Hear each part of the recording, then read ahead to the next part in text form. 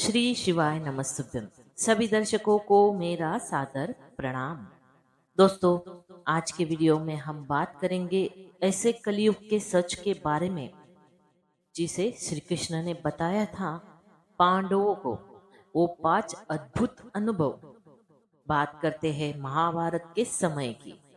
तो दोस्तों, अभी तक आपने हमारे चैनल को सब्सक्राइब नहीं किया है तो कर लीजिए और हमारी इस वीडियो को लाइक भी जरूर कीजिएगा और कमेंट में ओम नमः शिवाय जरूर लिखिएगा। तो बात करते हैं महाभारत के समय की। महाभारत के समय की बात है।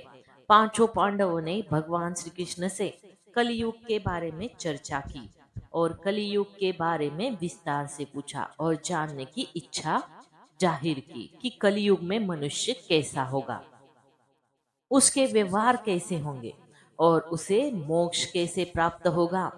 इन्हीं प्रश्नों का उत्तर देने के लिए भगवान श्री कृष्ण कहते हैं, तुम पांचों भाई वन में जाओ और जो कुछ भी दिखे वह आकर मुझे बताओ। मैं तुम्हें उसका प्रभाव बताऊंगा। पांचों भाई वन में गए। युधिष्ठिर महाराज ने देखा कि किसी हाथी की 2 सूंड है। यह देखकर आश्चर्य का पार न रहा। अर्जुन दूसरी दिशा में गया। वहां उन्होंने देखा कि कोई पक्षी है, उसके पंखों पर वेद की ऋचाएं लिखी है, पर वह पक्षी मुर्दे का मांस खा रहा है। यह भी आश्चर्य है। भीम ने तीसरा आश्चर्य देखा कि गाय ने बछड़े को जन्म दिया है और बछड़े को इतना चाट रही है कि बछड़ा लहूलुहान हो जाता है। सहदेव ने चौथा आश्चर्य देखा कि 6-7 कुएं हैं और आसपास के कुओं में पानी है, किंतु बीच का कुआं खाली है।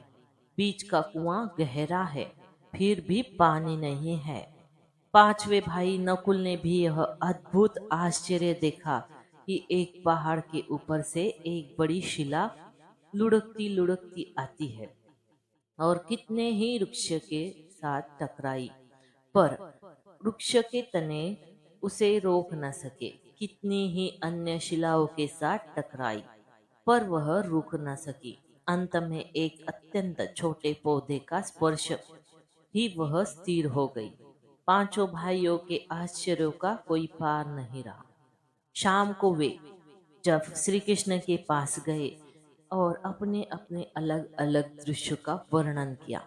युधिष्ठिर कहते हैं, मैंने 2 सूंड वाला हाथी देखा तो मेरे आश्चर्य का कोई पार न रहा।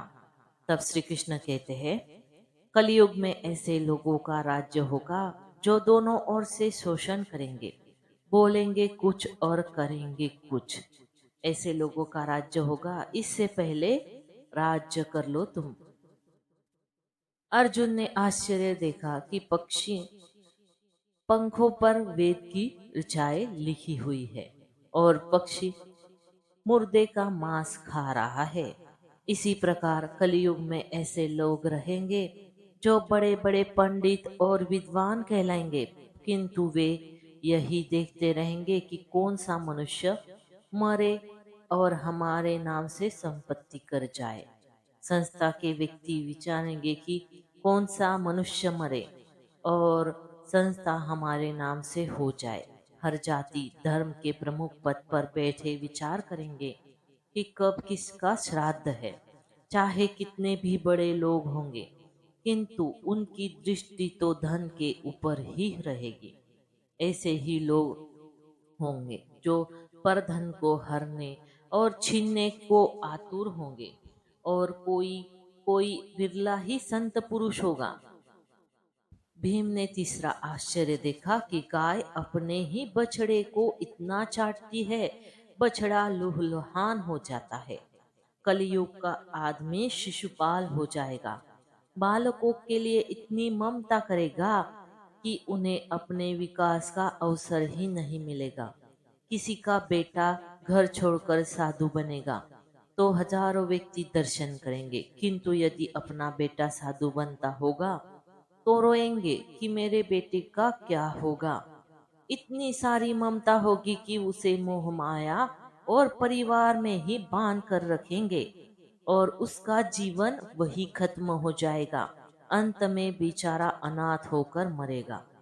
वास्तव में लड़के तुम्हारे नहीं हैं, वे तो बहुओं की अमानत है। लड़कियां जमाइयों की अमानत है, और तुम्हारा यह शरीर मृत्यु की अमानत है। तुम्हारी आत्मा परमात्मा की अमानत है। तुम अपने शाश्वत संबंधों को जान लो बस। सहदेव ने चौथा आश्चर्य यह देखा कि 5 सात भरे कुएं के बीच कुआं एकदम खाली। कलयुग में धनाढ्य लोग लड़के लड़की के विवाह में, मकान के उत्सव में, छोटे बड़े उत्सव में तो लाखों रुपए खर्च कर देंगे, परंतु पड़ोस में ही यदि कोई भूखा पैसा होगा तो यह नहीं देखेंगे कि उसका पेट भरा है या नहीं। दूसरी ओर मौज मौज में शराब कबाब फैशन व्यसन में पैसा उड़ा देंगे, किंतु किसी के तो आंसू पोंछने में उनकी रुचि नहीं होगी, और जिनकी रुचि होगी उन पर कलयुग का प्रभाव नहीं होगा, उन पर भगवान का प्रभाव होगा। पांचवा आश्चर्य यह था कि एक बड़ी चट्टान पर से लुढ़की वृक्ष के तने और चट्टान उसे रोक न पाए, किंतु एक छोटे से पौधे से टकराते ही वह चट्टान रुक गई।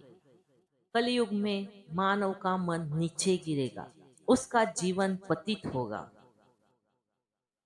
यह पतित जीवन धन की शिलाओं से नहीं रुकेगा, न ही सत्ता के वृक्ष से रुकेगा, किंतु हरि नाम के एक छोटे से पौधे से, हरि कीर्तन के एक छोटे से पौधे से मनुष्य का जीवन का पतन होना रुक जाएगा।